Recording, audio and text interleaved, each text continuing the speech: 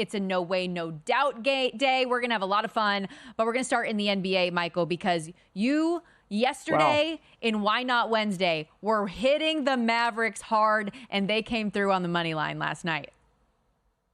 Yeah, I don't think we give the Mavericks enough credit in terms of they have two great players, right? And I think sometimes Kyrie gets caught up into the things he says about various subjects and his inability to get along with his teammates or coach, and we lose sight of how great of a player he really is. And Jason Kidd deserves a ton of credit because, remember, when they went to sign him, nobody was really sure that this was all going to work. But he respects Kidd. He believes in Kidd, and he's become a different human being. Maybe he's always been that way, and the media's portrayed him differently, but my viewpoint is, wow. And what he did last night in the first half was remarkable. This Dallas team, since the trading deadline where they get P.J. Washington back in there, and really has made a huge difference to their team, and Goddard as well. I mean, they've got two guys in there, and then the lively kid who they drafted has really come of age. So this is not like that wasn't an upset last night, Stormy. I mean, I don't even think the Mavericks played their best game. They shoot 6 for 25 from the three-point line. Luka makes 3 of them. They turn the ball over more than the Minnesota Timberwolves did. But yet when the game was on the line and Minnesota got back in it and took the lead, Dallas showed the heart of a champion, and they made the plays Luka did down the stretch. And because you mentioned, obviously, the trade deadline, that's why when we were leading into the series, we talked so much about how just because the Mavs lost the regular season series 3-1 doesn't mean you can take any of that into this series. All 4 of those games were prior to the trade deadline. Kyrie and Luka only played together in one of those games. And you see the magic that they can have in the moments where it matters most. And, you know, oftentimes I feel like it's Kyrie who plays the closer, but he was important at the beginning of the game to get the team started off strong. And then Luka ended up coming in the back end with the tough fourth quarter. I also think, though, and it's something we discussed in hour one, that I don't think we should be all that surprised, though, that the Timberwolves had a letdown in game 1 here, coming off of that massive game 7 on the road against the defending champs. You win to get into this point. That was a mental and physically draining series and game for the Minnesota Timberwolves, who, of course, end up losing last night. The final score in that one, 108-105. And so with that, we heard from Anthony Edwards earlier. He talked about they came out flat. They found their energy for a moment. Then they ended up being flat once again. Kyrie Irving and that matchup with Anthony Edwards is going to be something to watch. Kyrie talked a little bit about it after the game. And you've talked about Ant as being one of those kids with no fear. Yeah. You know, he's on TNT after Game 7 talking about, I got Kyrie. Yeah. You know, what did you think of that matchup and kind of that game within the game? Yeah, no, as a peer, man, I love that. I love it, man. It's nothing better. You know, when Ant was a little bit younger, I'm sure he was watching me, and you know, when he was in high school, I was watching him. So for me, it's more of those exciting matchups that I look forward to, too. Right after the game, it was funny because he said it right then and there, and I think the whole world was looking like, okay, you know, you better know what you're talking about, Ant, you know, and I respect that. And that no-fear mentality that he has is why I love him as a competitor and why I love him as a person. But when we're on that court, I know he's going to give his all. I'm going to give him my all. And at the end of the game, you know, it's all love, and we're in between those lines. He knows what it is, and I know what it is. Michael, also to go back to your earlier point about Kyrie Irving and the way that, like, the perception of Irving is changing, like, how likable did he appear just there? Wow. Unbelievable. You know, it's like, wow, he seems happy. I mean, there's a man who's happy, who loves competition, you know, who's really, you know, this is a guy who lost a shoe contract. I mean, nobody was willing to even give him a shoe contract a couple of years ago. But, you know, for whatever reason, and, you know, and the fact that he's refound himself, and thankfully for all of us, because I think now we can truly appreciate how great of a basketball player he is. But I agree with what you said. I think Anthony Edwards was exhausted. I think he's got to play both ends of the court in this series, right? And so there's, you know, he can't really rest, which I'm sure they probably feel like maybe they need to play a little bit more zone to get him to catch himself, which we'll see. But you know, I think ultimately they frustrated Anthony Edwards a little bit. He was not sure where the traps were coming from. He wasn't really comfortable. They couldn't get into a flow. And when you dominate Minnesota in the paint, and what they had 20 points on dunks, Minnesota's not the same team. I mean, Minnesota, as Barkley said after the game, they don't play to their size. They don't play big. Karl Anthony Towns is 7-footer. They've got two big guys in there. They don't play that way all the time. Expect them to do that. But I thought Irving was fabulous with his left hand. The shot he made against Oklahoma City to put the game away with that left hand was remarkable. And last night, coming in with one hand to the other hand, back to the other, it's just unbelievable. Yeah. So, look, they got their best. The second game is going to be a great game. I think there's no question. That'll be a great game. And I think Minnesota will have that we won the championship out of their bloodstream, and now we got to start fighting again. And it appears that people are buying on that zigzag theory because the Timberwolves have been bet up from a 4-point favorite in game 2 to 5.5. The Mavs now, we've seen a flip of favorites there. They go from getting plus money to now minus 165 favorite coming up in the series. Also tonight, game 2 in Boston, taking on the Indiana Pacers. Celtics laying 9, total 224.5. Any early thoughts for you on game 2 coming off the woulda, shoulda, coulda closing out performance from Indiana? Look, I thought Indiana gained confidence when they played the Knicks in week 1 in the first game, and they came back in the second game. I thought they would win that at the Garden. They didn't. They didn't play as well. But I do think this is a team we're not giving enough credit to. And I think that Boston's defense wasn't where it needed to be. Now, Mike Samich made a great point. Can they slow the pace down to get control of the game a little bit? And I think they're going to have to do that. Look, I think right now Boston got punched in the mouth and they got saved by a Hail Mary. Let's be honest. The Jaylen Brown shot from the corner, great shot, unbelievable player. He made it. But it was more Indiana lost than Boston won. And so that gives Boston a chance to come back and win the game outright. But like Mike Samich, I don't think I would go near the point spread in this one because I think Indiana is better than we give them credit for. Their bench is deeper. And when Halliburton has that aggressive nature to him and without Porzingis in there, they're a different team. Yeah, and you do wonder how much of their potential hangover there could be from game 1, losing in that fashion. 10 seconds to go, you're up 3 with the ball, and you can't close it out. Ultimately, of course, lose in overtime. And Jason Tatum, who was kind of a no-show there for a moment, wakes up and does what he does in the overtime period to ultimately lead Boston to that win. Okay, last couple minutes here of this opening segment, Michael. We like to do what's on Michael's mind, things that are rolling through your brain, can't get out of your head. What's on Michael's mind today?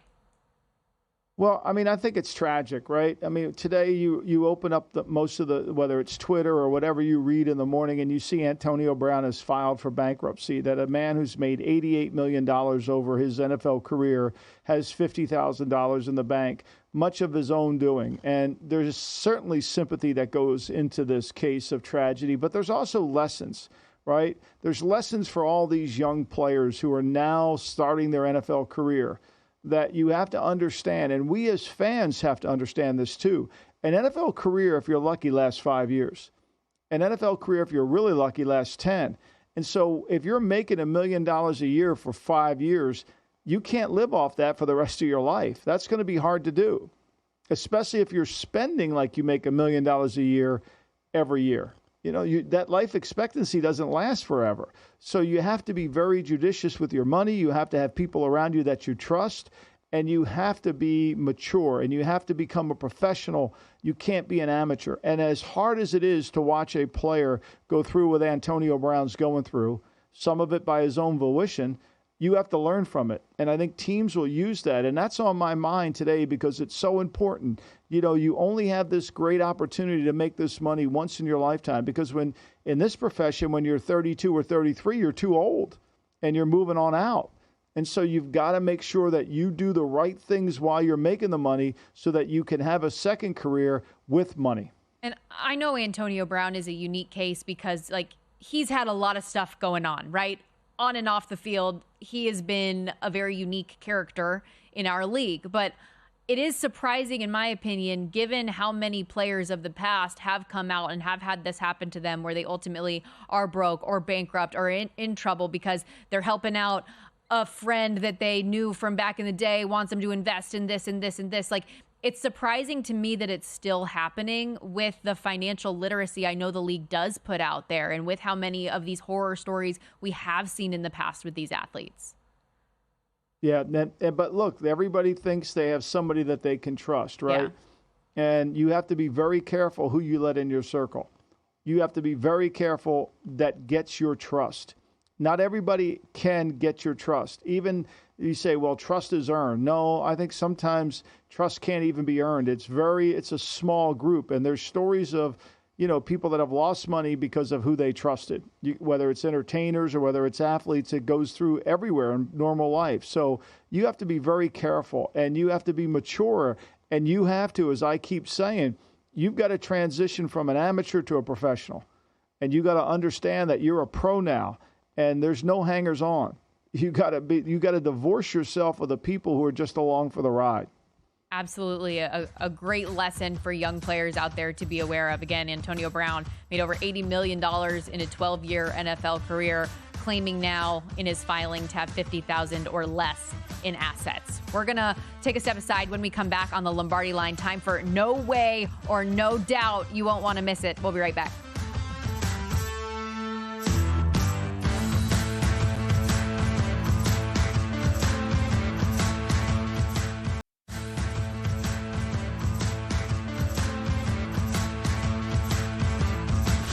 This is the Lombardi Line with former NFL executive Michael Lombardi. Now here is your host, Stormy Buonantony, on VSiN, the sports betting network.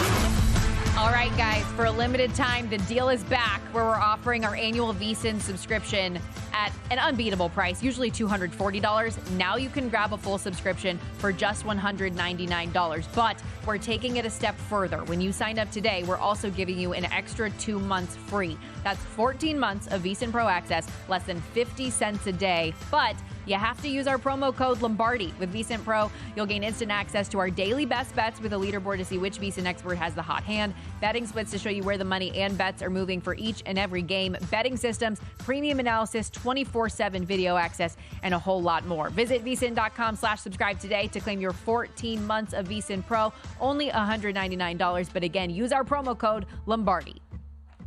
Do you disagree with these takes? No way. No way. Or do you approve? Oh, no doubts. No doubt. No doubt in my mind. No diggity, no doubt. It's time to ask Michael Lombardi. No way or no doubt.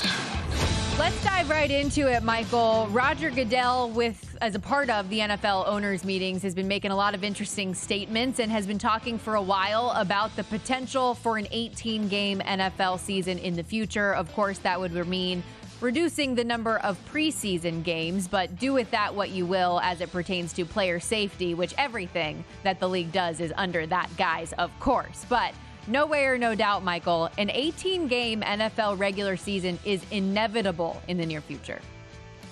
No doubt. And it should be there, but it should be with restrictions. It should be with some guidelines for player safety, right? We know quarterbacks can do that if they can last 18 games. But to say that we're replacing a preseason game with a regular season game is an apple to an orange, because most of the guys are in baseball caps that play in the NFL during the preseason, and they're in helmets when they play in a regular season. So it's two different games, and that's going to add more plays. Typically, most NFL games are 70 plays, let's say. And, if you play a 16-game season, X amount of plays times 16 times 70, you come up with a number.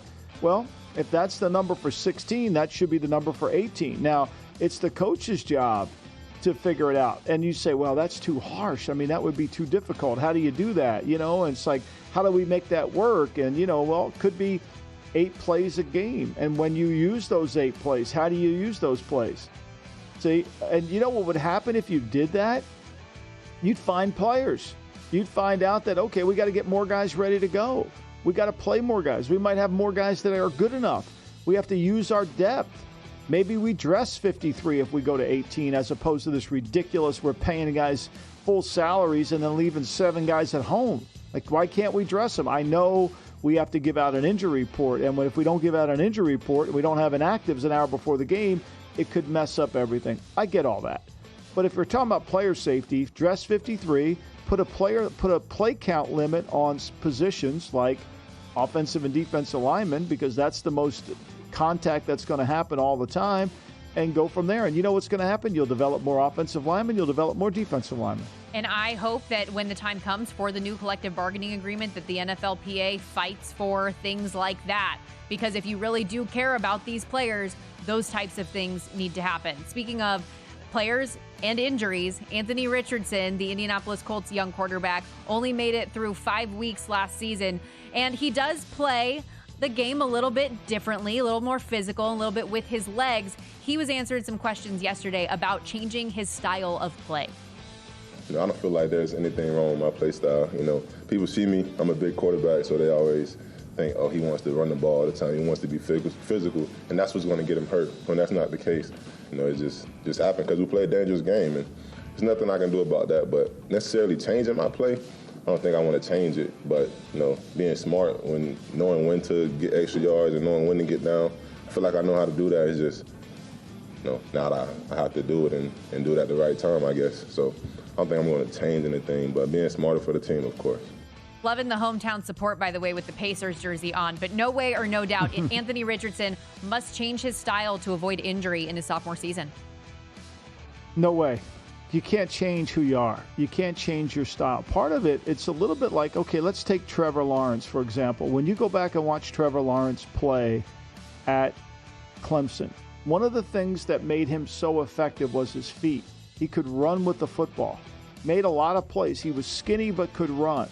When he gets to the NFL, that running ability isn't really good for him because he's so linear. He's tall and thin, and he takes a beating when he runs, and it becomes problematic for him.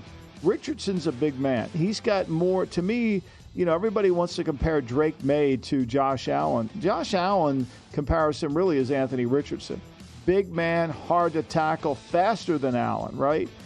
And so he's got to use his feet to help him. Now, I think what he said in there was so damn true. I got to be smart. I got to be smarter. I got to get out of bounds when I see it. Like, I can't fight for every single last yard unless it's a Super Bowl game or a playoff game. Be smarter with the ball in your hands, but don't change what you're doing, because that'll make you less effective, which has made Trevor Lawrence less effective. When he can't run, he's not the same guy. And Anthony Richardson, Michael, to that point, he needs to be on the football field, because what we talked about a lot going into last season is he doesn't have a lot of experience. Since his first season at Florida in 2020, he has 17 starts. He has 265 completions to his name, right? Like, you look at a guy like Jared Goff, who last year had more than that in a single season. This is his career we're talking about. So this is very, very important, because we saw the dynamic ability that he has when he's available to be available, but you got to stay true to who you are in that same vein. Another mobile quarterback worth talking about, the defending MVP, Lamar Jackson. He was asked about the offseason change and bringing in a new partner in the backfield in Derrick Henry. Oh, I thought we had the sound for that. Just kidding, we do not. But he was talking about how... Just kidding. Yeah, he was talking about, obviously, how great it is to have a guy like Derrick Henry that he can hand the ball off to. He feels confident in the line that they have in front of him, the type of player he is, the type of defense they have. Was just raving about the way this team can come together. So no way or no doubt, Michael, Lamar Jackson and Derrick Henry could be the best backfield in the league this year. No doubt. And here's what's going to make it really effective is the fact that Henry, to be effective, he has to be deep in the I formation, away from the quarterback, to let his momentum and that speed build the power that he possesses in that body. It's, the closer to the line of scrimmage he is, or offset in the I, offset in shotgun, the less effective he is. Because if there's penetration, play's going to be over. He's not rerouting himself to go. But when he goes on a straight line and what we call a point of entry back, meaning the point of entry is clean for him to get to. When he has the point of entry clean, good luck trying to tackle this big guy. And 1 yard games become 4. And in the fourth quarter, those 1 yard games become 8, 9, 10. Hard to deal with. And the fact that if he's that deep in the eye and Lamar's under center, and I hope they don't use the pistol here. Really, I hope they don't do that. But hypothetically, if he's under center and he's the deep in the eye, that play action pass game opens up completely for this team, and I think Baltimore can be a dynamic run team as they've always been. The other thing you notice, too, just to add on to this, is they redid Ronnie Stanley's contract. Ronnie Stanley has never been an off-season program guy. He's always been a little bit of aloof, kind of out on the way. But he's been in camp, and I think this is a make-or-break year for him.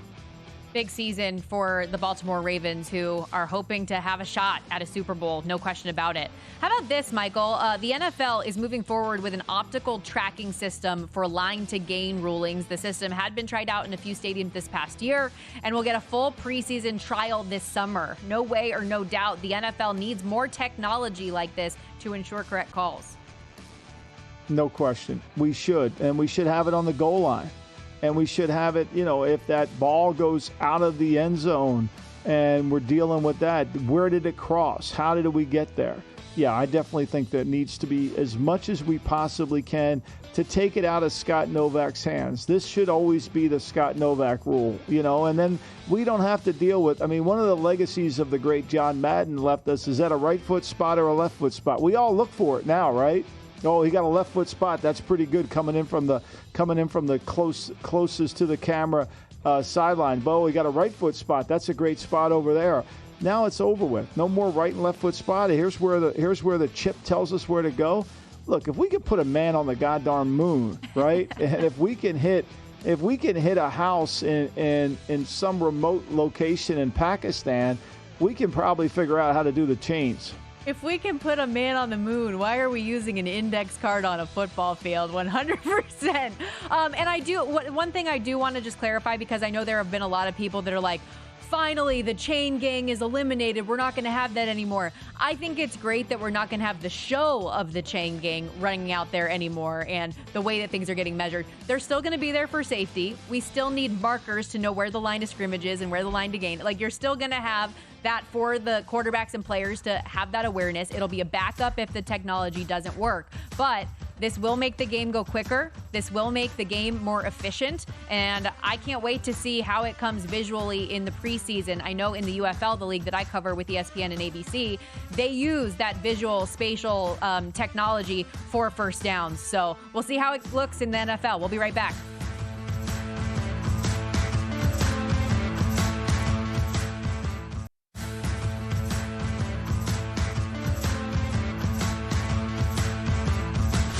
This is the Lombardi Line with former NFL executive Michael Lombardi. Now here is your host, Stormy Buonantony, on VSiN, the Sports Betting Network.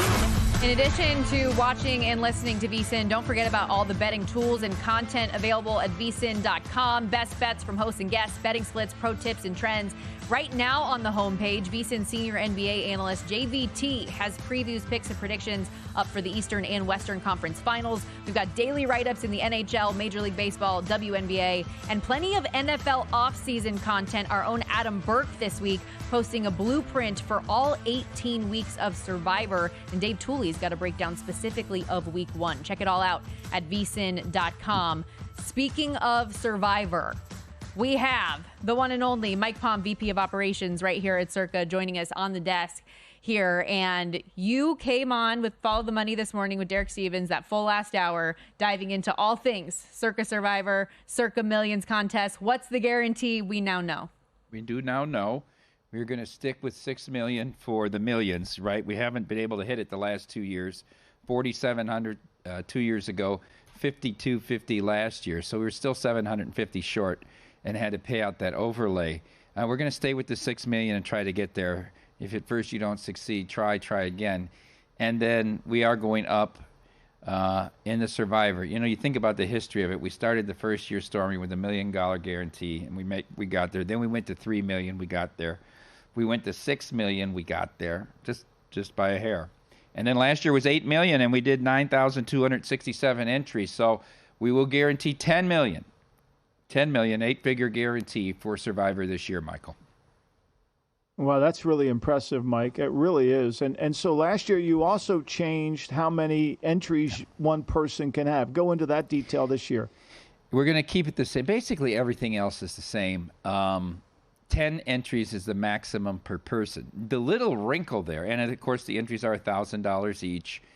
You must come to the state of Nevada to one of our properties to register. But most people people play through a proxy. The great majority do, which offer their services at different price ranges. But you can look into that and do your own research online. Several of them advertise with the network.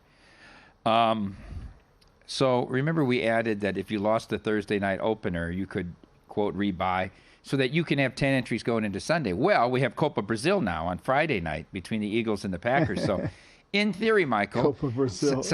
I have a lot to say on that. But anyhow, we have Ravens at Chiefs. You can take a shot there if you want. Yeah, it's a tough game to play, right? Derek this morning went on and on about where to use the Chiefs. He's going to use them on Black Friday because that's coupled with the Thanksgiving games, which we can get into. But you can take a shot with the Thursday night game, and if you lose, take a shot in Brazil and Sao Paulo. And if you lose, re-enter again before Sunday. So in theory, a person could have had 30 entries. Now, 20 of them would have been dead by the time you get to Sunday. So that's a little bit of a twist on what we did the last few years. In total, 25 people had entries on the Thursday night game, lost and rebought. Now, that's not the number of entries, but the number of contestants that took a shot. And remember, most people, surprisingly, on that opening night last year took the Lions. 75, almost 80% of the entrants in Survivor that did go on that game were on the Lions. And it paid off. I mean, they took the shot. You have a big advantage getting that win. And then if you lose, you could do the rebound. I'm sure most of them were prepared, having played the Lions in that spot. Well, and then back into the season, though, you're wondering, that's a team that a lot of people were saving that they didn't get to then use later. Well, but also like the Jessica Hearns lady. It saved her because she's a Detroit native from using them on Thanksgiving and getting eliminated because she used them in the opening game of the year. Yeah, that was a huge swing game. But I mean, what you guys have done has truly been remarkable. And you add that wrinkle to it. You have what you do with the deals for people that want to stay at any of the properties in Circa if you're doing a certain number of entries. But have you been surprised at all by the way from that year one where it was $1 million guarantee that things have grown to now? Because like this is exponential growth. Could you ever have imagined that to expand this much this fast? This fast probably is I mean, the chart is like this, right? It's not a straight line, but Survivor is a very compelling contest because you only have to pick one winner. And 98% of the time, when you get knocked out, it's because of a bad beat or some strange thing happened. You turn the ball over 4 times, they missed a kick, right? It's something strange. And you always feel like it's a bad beat and I should have won and I can't wait to get in next year. And there's all this FOMO now of everybody else that gets to enjoy the sweat through the end of the year. It's a brilliantly designed contest, and it's not that we're the first one ever to come up with a Survivor, but we've put it into this large format, and it's really taken off. Now, others much prefer the millions. They want the 5 months of action, right? You're guaranteed you get the whole year. There's 150 some different ways to win. The quarterly prizes are terrific, and you even have booby prizes for if you're struggling. And there's some hosts on this network only play the millions. There's some hosts only play Survivor. There's some that do a few of each. It's whatever your cup of tea is. For me, I'm not smart enough to pick 5 games every week against this. I'm just not. It's hard. I try to come up with 2 or 3 maybe, right? And so, and you can't use totals, and I'm more of a totals player. So, yeah, I think Survivor's going to be terrific again. Both Mitch and Paul thought there'll be over 12,000 entries. I said 11,700 as a guess, and Derek said all he wants is 10,000 and 6,000. Well, I mean, look, I think one of the things we offer here at the network is the guide. And I think that certainly can help you in any one of these contests because we talk about it every week in the guide. It's something we talk about on every show. So if you're going to go into this and you're going to put $1,000 into it, use the promo code Lombardi, sign up for the guide to help you as you go forward with this. But Mike, I want to ask you, I think one of the reasons Survivor is so appealing is because unless you've ever done it, it looks too easy. I think when you talk to people, how hard could it be? I just got to pick a winner. Yeah, that's right. You have to pick a winner. It's called the NFL. I was in it 35 years. It's hard to pick a winner. I was in a bus thinking that we were going to lose every week. So, it's hard to pick a winner. But I think the appeal to it is everybody thinks it's easy. And then you guys put this $10 million out there, and everybody's like, wow, how hard could it be? Just pick a winner, no point spread. I'll do that. I'll get $10 million. Buy me a house over in the Bahamas. Yeah, and you get somebody like Paul Howard, who it comes down to a Monday night game, Green Bay and New York, and he gets beat by a quarterback who'll probably never take another snap again. Tommy Cutlets. Yeah. And I don't know how Paulie eats. I don't know how Paulie eats a veal parm sandwich moving forward. I don't know how the hell he does it. Well, he when he has a comp dinner, he does it sometime. But it's just the strange things that happen. Remember the bloodbath through 3 weeks. Half the field was out, right? Or whatever it was. And we did that empathy package. Exodus. We did the empathy package. So it's, you'll be in, right? You're going to get in again, right? Absolutely. You love it. Last year I did, I went from one entry to 3 entries. We'll see how many I end up on today. But that's what happens. Like, you get the bug and you want to be in it. And if you lose early, you want to be able to still have other tickets that are live. Go ahead, Michael.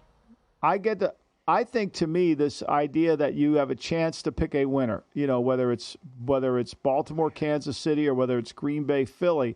So if you want to use 3 tickets, you save, right? You can save 2 of the tickets for the re-entry and just use 1. And if you get through, now now you're in. Well, you only have 1 ticket, but at least you're in the damn thing, right? I want to ask your opinion on this. If you were forced to use the Friday game in Week 1, Michael, would you use Philadelphia or Green Bay? I would use Philly. And the reason I would use Philly is because I think now Green Bay is very popular in Brazil. The country's colors are the Packers. There's Aaron Rodgers' Hail Mary that was thrown in the Detroit game that they won, I think, or was it the Seattle game? Maybe it was the Seattle game at the end of the Seattle game. Remember that one, Mike, up in Seattle? Apparently that was broadcast over in Brazil, and it captivated everybody in Brazil and the country to become Packer fans. And so there'll be a good home crowd, although American Airlines here in Philadelphia has ordered, they have 3 flights now going to San Pablo from Philly direct in that first week. So it's going to be fun to watch. I think I lean Philly, but maybe that's just local bias. I really believe this narrative of the great love of the Packers in Brazil could be off. Michael, there's 22 million people in the Sao Paulo metropolitan. It's the largest city in the Southern Hemisphere. It's the 4th largest city in the world, Stormy, and they're playing this game in the 9th largest soccer stadium. There's something wrong with that picture. Why are they playing it in a 45,000-seat stadium, Michael? Because the NFL does not want to be embarrassed to not have a sellout, but if you were that confident, you would have played it in one of these 80,000-seat arenas. Well, maybe I don't know the pricing of it either, and the economy, and I don't know all those things. But I agree with you. They would rather have tickets in demand on secondary market than having too many tickets. There's no question. And that, Brazil this year knew we're going to continue to see international games, part of the NFL owners' meetings, the conversation potentially of an international game for every team every year. It's nonsense. Why did they stop that? Remember Buffalo used to play in Toronto every year, Michael? Whatever happened to that series? I thought those were great. Well, they were great, but that Toronto, Buffalo, the city of Buffalo didn't think much of them. Well, that's the problem. This Australia thing's fascinating. That's crazy. Look, they love football. They love football in Australia. The problem is, how do you show it here in America? Well, and they can love it all they want, but how is the travel going to work? Like, that is a brutal place to have to get to from the U.S. Okay, we're going to hit the break. When we come back, Palms pressing 3. Don't go anywhere. The Lombardi Line, VSiN, the Sports Betting Network, on the other side.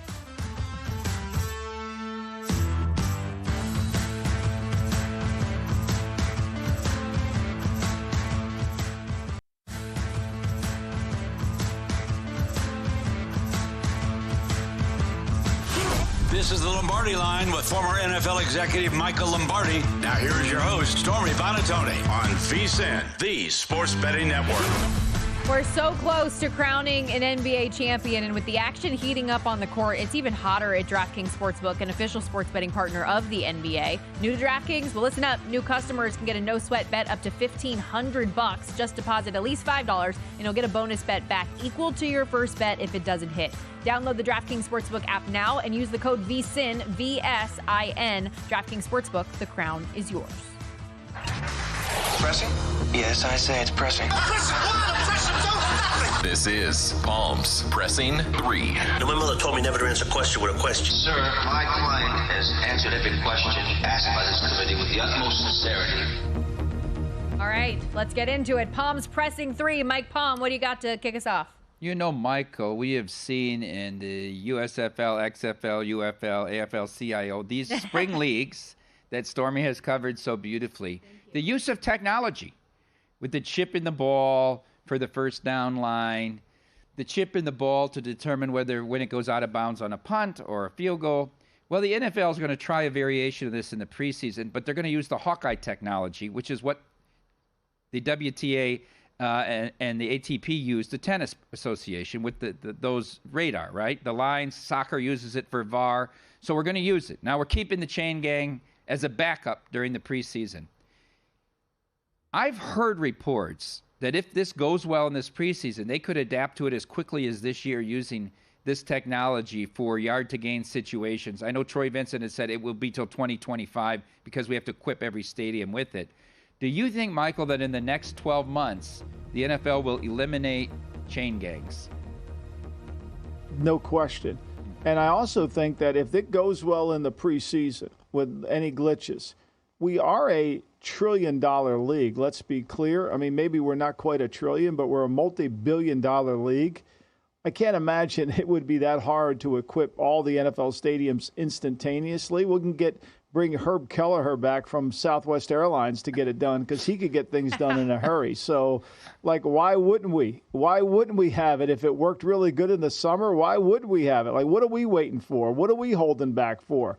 That's the problem with committees. It's we have to wait for the competition committee under the direction of Kaiser Sose McKay to tell us it's okay to do it. Let's just do it.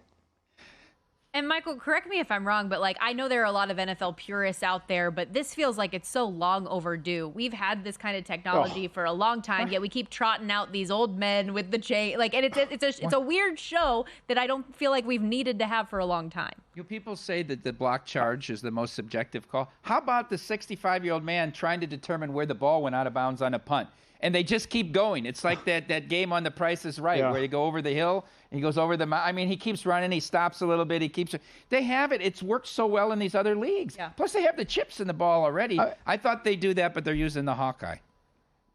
I mean, how about getting your slide ruler out and look it up in the air? It's like they're like, that always blew me away. How do they even know? How can they measure that? It's like the guy who saw Oswald's up on the 6th floor from 180 feet away. You didn't see anything. How do you know what's going on? It's absolute insanity. And we referenced this earlier on the show, too. You'll still have, regardless, the markers need to be there. So there will still be people that are on the sideline. But it's the trotting out to measure. Yeah, we're not trying to eliminate jobs. Yes. What about when Steratore used the credit card? Yeah. Remember? Anyhow. All right, question 2. Michael, I'm sure you noticed this. John Harbaugh announced the launch of the Harbaugh Coaching Academy that will feature himself, his brother Jim, their dad Jack, and Tom Crean as the 4 principals. This is an online resource for coaches of all sports dealing with different issues. Coach Belichick was there for the announcement. I'm sure he'd be involved. I'm 100% sure you're supportive of this. So I want you to name 3 coaches that you think would be invaluable to add to the Harbaugh Coaching Academy.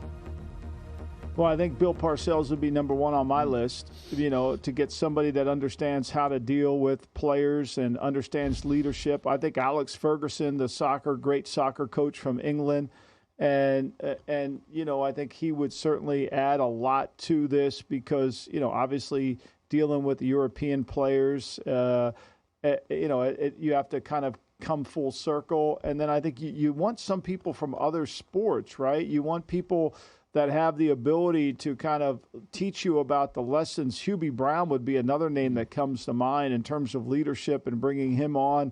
And then I think Tom Izzo will be clearly involved in this because of his relationship with Crean. But look, this is a wonderful thing. I think we need to do more of this. I think this Leadership Academy is so important for young coaches if they want to develop. We misjudge coaching, Mike, as if it's just a profession of scheme, and it's really about motivating. It's about the ability to get players to play above and beyond their talent. That's why, to me, when I look at the Chargers and their over-under total, they have an outstanding coach who has proven over time and situation. University of San Diego, horrible job. Stanford, not a good job when he went there. He's improved every place he's been. Took over from Mike Singletary. Improved San Francisco immediately. He's going to make the Chargers a formidable opponent. Now, I'm not saying they're going to the Super Bowl. They have deficiencies. But we don't give enough credit for leadership and coaching, and I think this academy certainly is a start. Michael, real quickly, and just all in good fun, because we had the funny quote from Denzel Perryman come out this week where he compared the way that Jim Harbaugh talks sometimes to Will Ferrell. Do you have like a favorite Harbaugh-ism? You spent a lot of time with him. You've heard a lot of these quotes. Do you have a favorite? Well, I have so many favorite. His lines, I don't have a favorite line. I have so many favorite stories about. My favorite one is when he fell asleep he was a young coach. He just started, and he fell asleep in this little dinky office in the back near the draft room at the Raider facility, and his nose hit the M key on the keyboard, and he woke up to 3,000 pages worth of M's, and he didn't know what to do with them. He had no idea how to get rid of them, right? And so, that's just who he is. He's fully vested. The word all in, and we hear about who's got it better than us. That's his favorite tagline. But the line I always would use to him, Jim, are you going for $200 a day plus expenses, which is the line from Rockford Files, which we both loved. That's great. My favorite is I take a vitamin every day. It's called steak. He drinks. The best was, Stormy, you would have loved this one before Mike gets to his third question. He would always drink milk. Loved milk. I mean, vitamin D guy. Not skim milk, not 1% vitamin D. And the great Run Jones, who's a full character within himself, was supposed to buy milk. But that was too hard of a job for Run. Run was doing too much other things. But Run would leave the milk in the refrigerator, and Jim went to swig it one time, and it was bad. And oh my God, the whole thing went crazy, and Run was running for his life on that one. The Run stories could make a TV show. Yeah, you could have a full book just on Run stories, I'm sure. Okay, Michael, we've left a couple minutes for question 3. Let's stay in Baltimore here, because I think one of the most interesting units to try to evaluate for improvement or regression is the Ravens defense. Mike McDonald exits stage left and goes to Seattle. Zach Orr was playing in the league 6 or 7 years ago, became an assistant, an analyst, linebacker coach, went to Jacksonville, and now back. He's never called a defensive play. He takes over this defense. They've got personnel changes. How much do they regress this year? I think they take a step backwards. Now, they have young players to kind of replace some of these guys, but you don't replace an experienced coordinator. See, here's what happens is Zach Orr's only coached 3 years, Mike. And so he has to rely on those 3 years of coaching to make in-game decisions, right? I've seen this before, or I've studied this. This is going to be a challenge for him. And it's going to be the players are going to look for him for answers. And the worst thing a coach can have is no answers. I think this is going to be a really challenging year for Baltimore defensively. Because remember, last year, when the Rams went in there, they ran the football. You can run the ball on Baltimore. You could. He had a hard time stopping it. It was the blitz package that was so effective. And the blitz package wasn't we're blitzing. The blitz package was attacking the protections. Can Zach Orr do that in a creative way and call it the right way? I think it's going to be a little interesting. And losing some of the players that they lost, Van Noy came back, 9.5 sacks to Clowney leaves, but Geno Stone leaving, the safety was a big player for them. I got to think it's going to be a little bit harder. Plus, let's face it, Mike, the North is harder. The North is going to be a challenge with Burrow back, assuming he's healthy. And, Pittsburgh's going to be better. We know that. And Pittsburgh gives them trouble whether they're good or bad. Yeah, and it's hard to ask a team to improve on what was the number 1 defense in the league last year. It feels like the only thing that you can tell would be regression. Real quickly, last minute before we let you go, when can people start signing up for Survivor and Millions? Tomorrow, 9 o'clock Pacific time. Cutoff is 4 p.m. Pacific on Saturday, September 7th. Okay. Oof. Exciting. It's here. Awesome stuff. Love it. I'm so excited. I know that you need to get a little bit of rest, though. Are you going to be able to get any? You've got interview after interview. Where it's like Michael's book tour. Whirlwind the next couple days. All good stuff. Appreciate good for you, Mike. Yeah, appreciate you. For Mike Palm, Mike Somich, Michael Lombardi, Stormy Bonantoni. Keep it locked right here on VSiN for Sharp Money coming up next. Or if you're watching on DraftKings Network, Pablo Torre finds out. That's a wrap for us. Good luck with your bets today, everybody.